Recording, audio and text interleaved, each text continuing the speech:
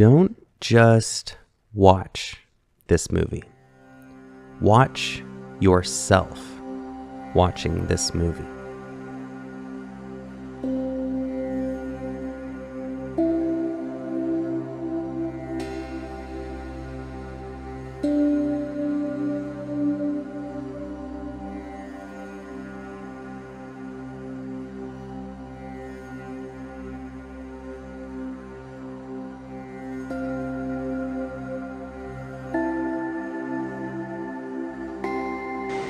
When you see ads and see lots of people, it drains your energy. And when you are in nature and you are in the sunshine, it fills you with energy. I love being in nature. It's the best. We are nature. And we thrive when we are surrounded by the life-supporting organisms. It's a huge snail with its head out. There's something else I was going to say. I forgot. The snail distracted me. I love the rain. Sometimes it can make plans difficult. But that's the beauty of life, is that it's always uncertain. And the rain just reminds us. And thank God for the rain to nourish all these plants.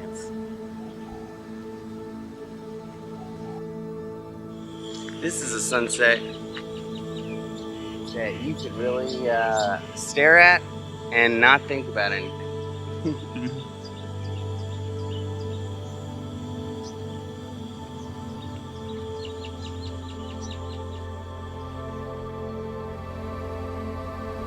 Because love for all is love for yourself.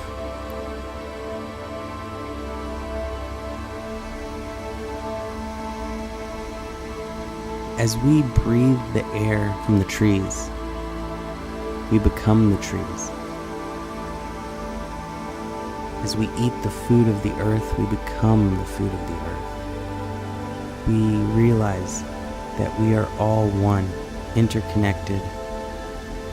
This incredible miracle of existence. And it is a miracle, the infinite number of things that had to happen for me to be here talking to you and you to be there listening were able to happen in just the right way.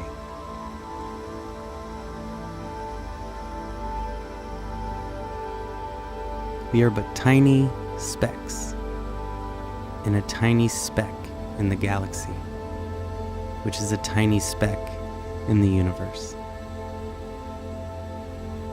And our lives, no more important than ants, and no less important than anyone else's, is quite simply a miracle.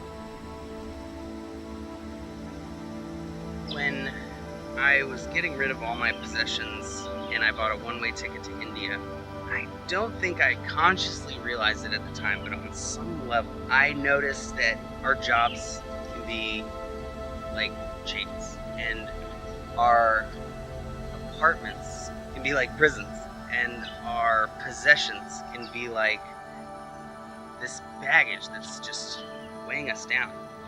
And all of that can lead to a life and a mindset that is not free. The more things we have, the more things we're worried about losing.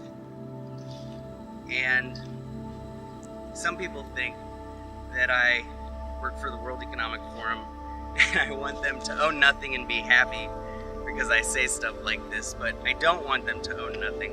What I really want is for them to realize that happiness doesn't come from the owner.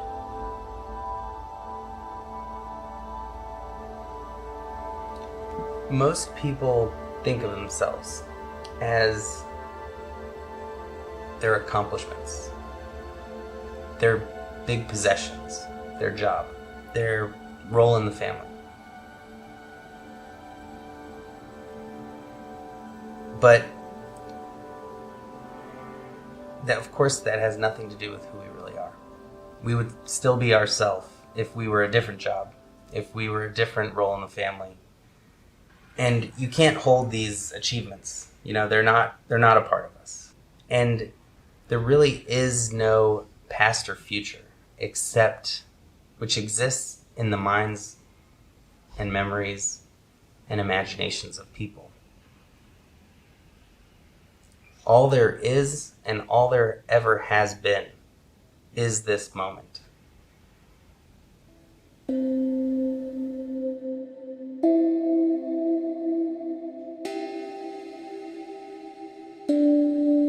Every breath is like being born and dying.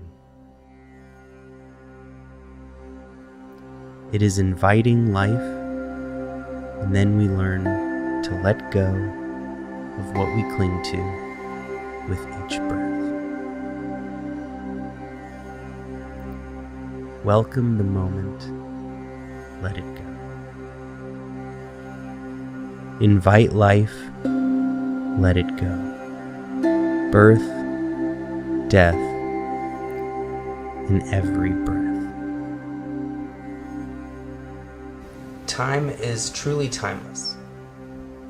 You can't divide a second down and find a moment in it, because you can keep dividing that time in half and in half and in half, and you can never get to a moment because it doesn't exist in terms of time, this stream of past, present, future. There is only one moment, and it is who we are right now. And so there is nothing to cling on to, because anything real doesn't need to be clinged on to keep the illusion going. Then you instantly and forever stop identifying with these images we have of ourselves in our mind. Because what is real doesn't need a label to exist.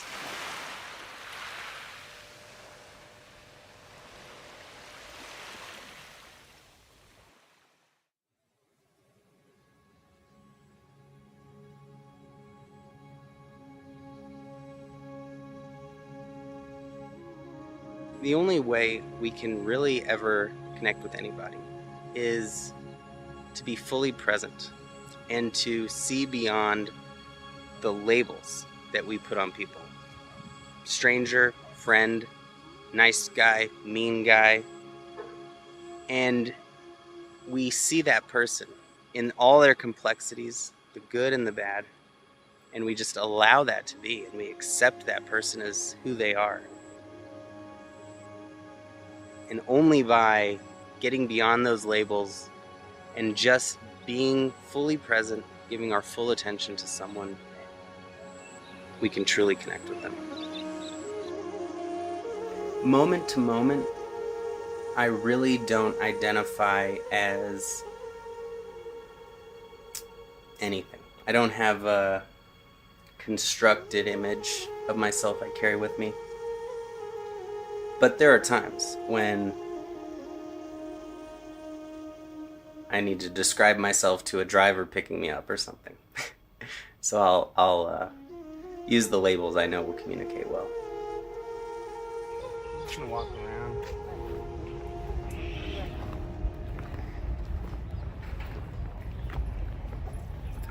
And yeah, the more democracy, the better. I always say. Did you see the snail? Take a closer look. If it scares you, look closer. If it scares you, look closer. Trust me. Do you know what's really unbearable? Is what we think will happen in the next moment. That's what everything unbearable is only imagined. What a dragon. Woo! Isn't it great? These ones will protect you. If you believe in the one God, the one omnipresent God, then you believe that God is in every particle of every cell of everyone's body. Then you must believe that we are all God, part of the one God consciousness. Whatever you do to others, you do to yourself. How you treat others is a reflection of how you treat yourself.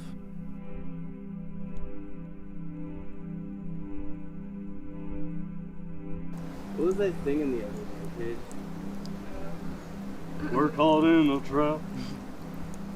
Come writers and critics who prophesize with your pen, and don't speak too soon, the chance won't come again, and accepted that soon you'll be drenched to the bone, for the times they are a-changing.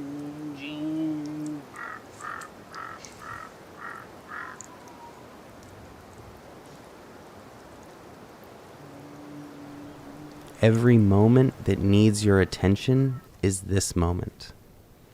Everything you need is already in the here and now.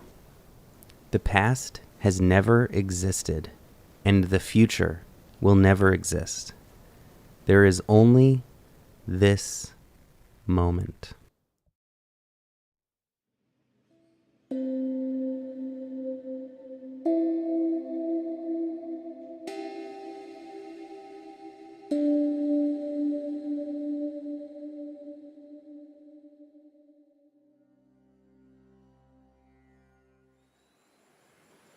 And as soon as we start observing our thoughts, we see how crazy it would be to believe them all.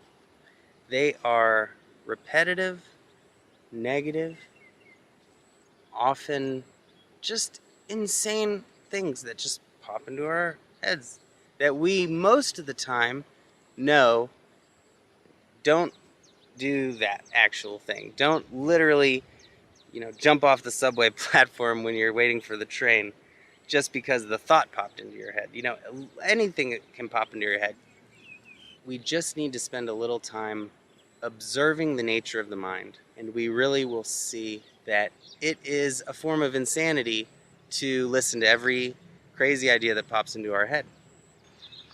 It's a much subtler experience to see the space between the objects, to hear the silence that allows for the sounds we perceive to arise.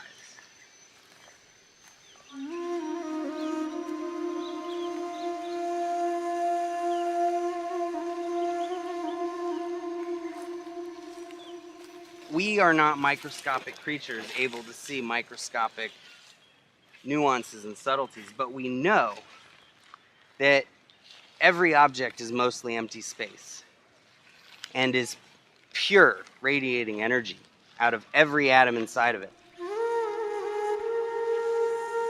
And so we don't need to limit our perspective.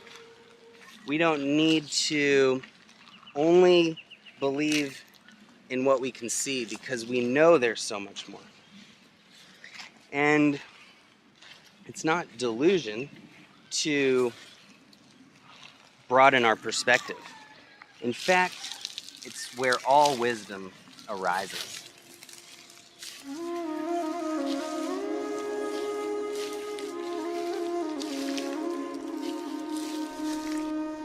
Everything that happens on infinite levels of meaning, interpretation, and points of view. Someone may say something, but they're really saying something else. And this is the nature of our reality. That story in your mind, it's the rough draft. It's malleable. And if you use your wisdom, if you can see the many layers, you can carve out Michelangelo's David. He himself said the statue was always there in the block of marble, but no one else could see it. When I was working in advertising, I asked an older writer if he had any advice for me. And he told me Don't care. At the time, I thought he was joking. I thought he was trying to get me fired. But when I looked back on my own life, all of my best writing was done when I was too busy to care. When I didn't have time to stress and overthink. So many people are either optimists or pessimists, right? And whichever one they are, they're both certain that either something good or something bad's gonna happen. Well, I'm an I don't knowist.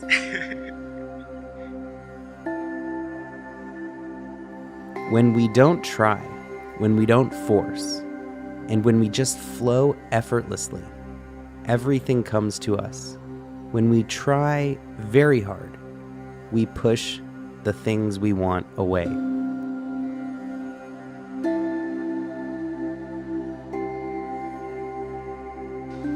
When I quit advertising, it was scary because you wonder things like, what's next? If this fails, can I go back? Am I making the worst mistake of my life or the best decision of my life? I just knew that even if I failed, it would be spectacular. So there really wasn't a choice. The closer I was to deciding, okay, I'm going to quit my job, I'm going to go to India, I'm going to get rid of my apartment and get rid of all my belongings, I would get a job offer. I would get like a raise. I would get a promotion. And everything was like trying to keep me there. It felt like the closer I was getting to doing what I knew I needed to do, the more that allure of money and success kept trying to pull me in the other direction. When I finally told the boss I quit, he said, what can we do to get you to stay? And I said, double it. Something I knew he wouldn't say yes to. So yeah, that was my way of saying like, nothing, there's just nothing. I just gotta go. My biggest dream is for people who are suffering to realize that the story of their suffering, why they're suffering, is merely a story they are telling themselves unconsciously, and that they can consciously create a different story.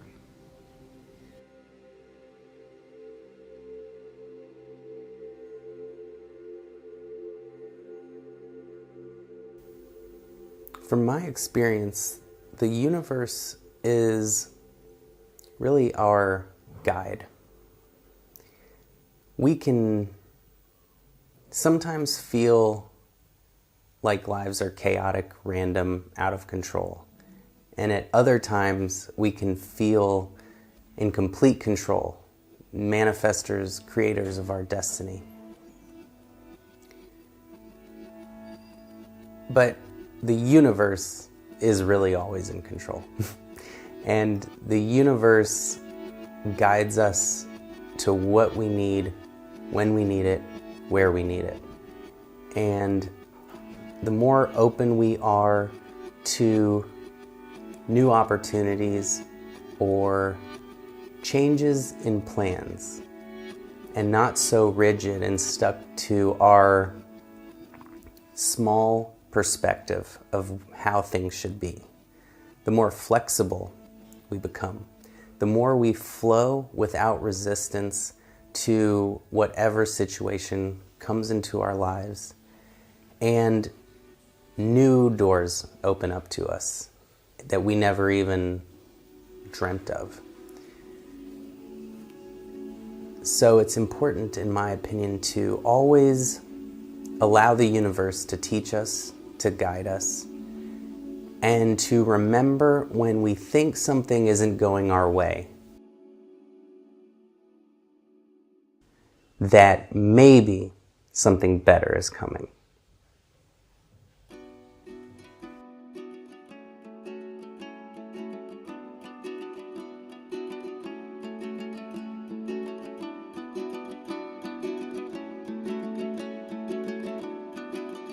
The ego's incessant curiosity may trick you that you must acquire more spiritual knowledge in order to become happy. So much so that we give up meditation, reflection, and introspection. We want someone to give us happiness rather than have to find it ourselves. Any guru can only point you in the direction. You must go and find that happiness for yourself.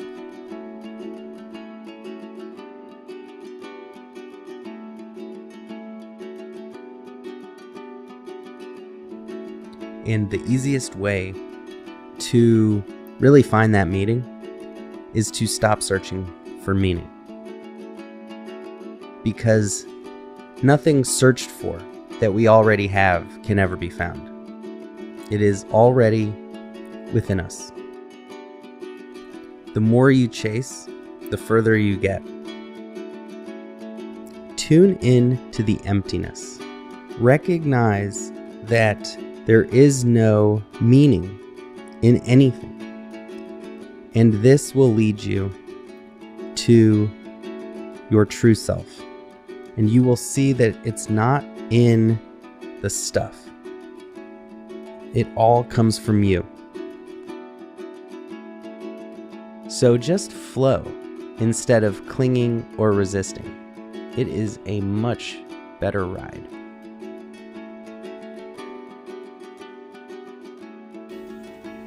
When we feel this sense of meaningless, we have to recognize that it is the longing for meaning that is getting in the way of a life of meaning and of feeling contentment and joy.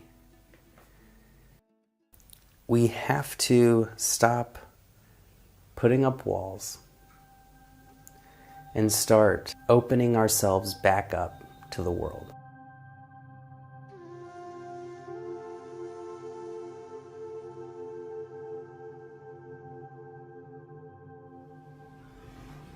Even though we know that these bodies start to decay the moment we're born,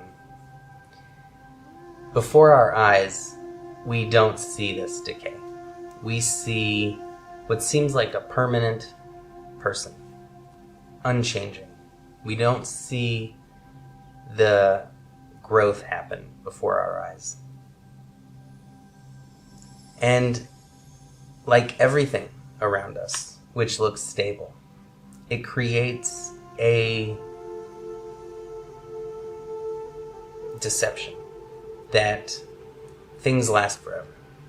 And while we know conceptually that that's not true, on a subconscious level, we expect things and people to last forever exactly the way they are.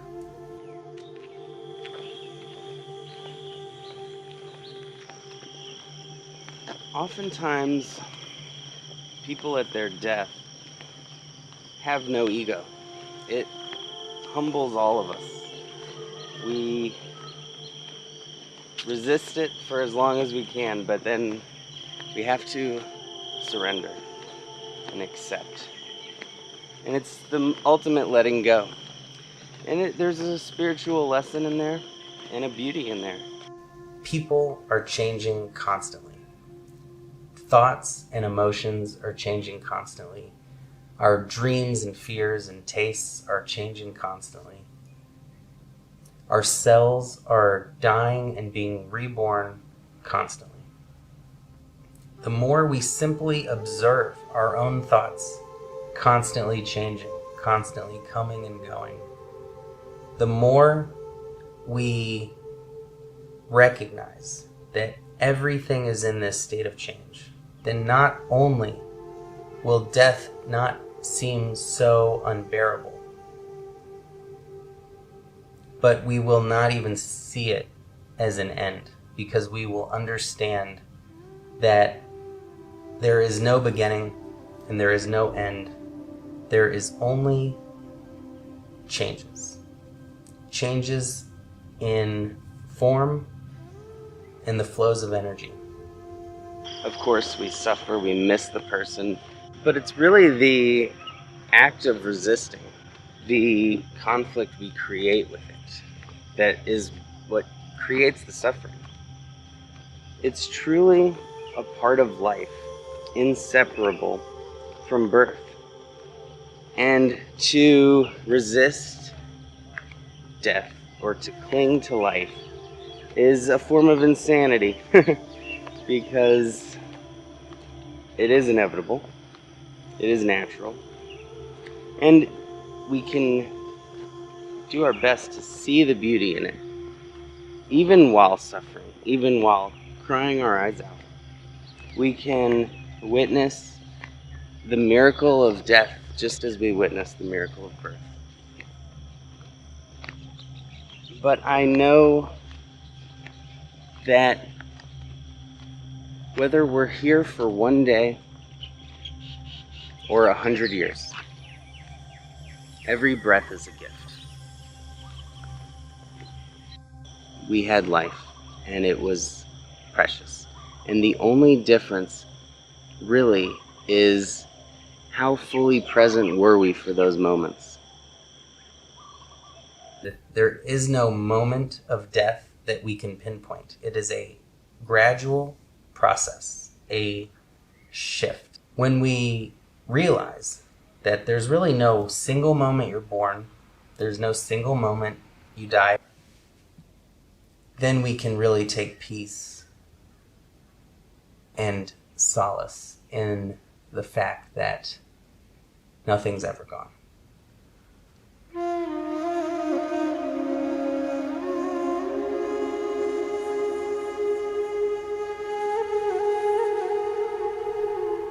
When you let go of every mistake, even every triumph, and you just be fully present, then there is nothing to carry on your shoulders to weigh you down.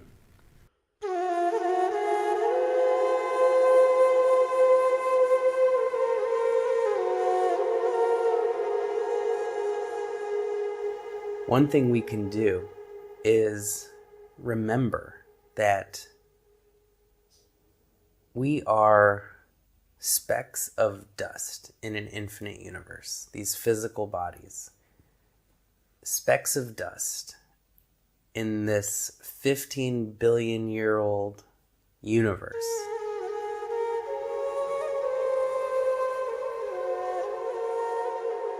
Does not matter what our bank account is, if our nose is perfect, or if our lips are big enough. We are significantly insignificant.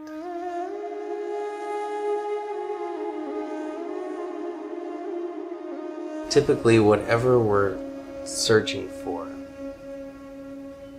already lies within us.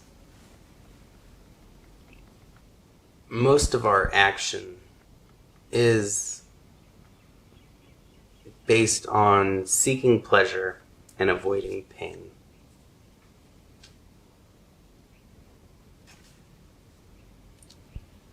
And we think that that's the happiness we're looking for. And we go on an endless pursuit of it for most of our lives. But I do think that the real source is within us.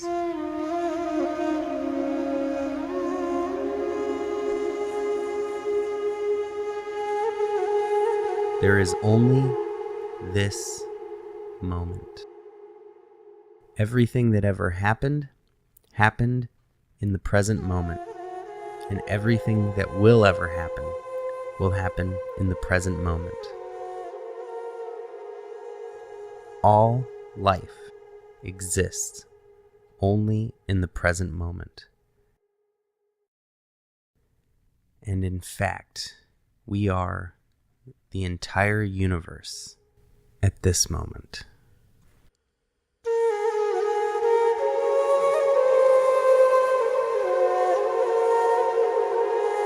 The dance of life playing out in all its beauty.